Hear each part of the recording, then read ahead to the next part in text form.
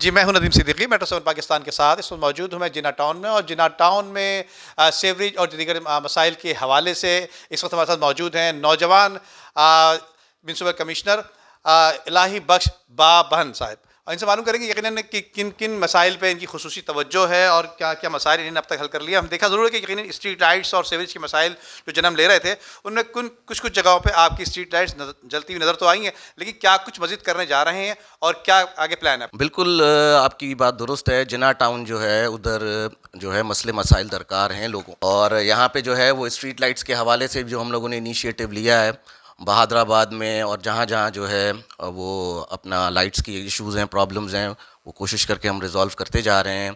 Sewerage کے حوالے سے بھی ہماری جو ٹیمز ہیں وہ اپنا لائنز ایریا میں، بہادر آباد میں اور پی آئی بی میں اب تک جو ہے انیشیٹ کر چکی ہے، کام کر چکی ہے.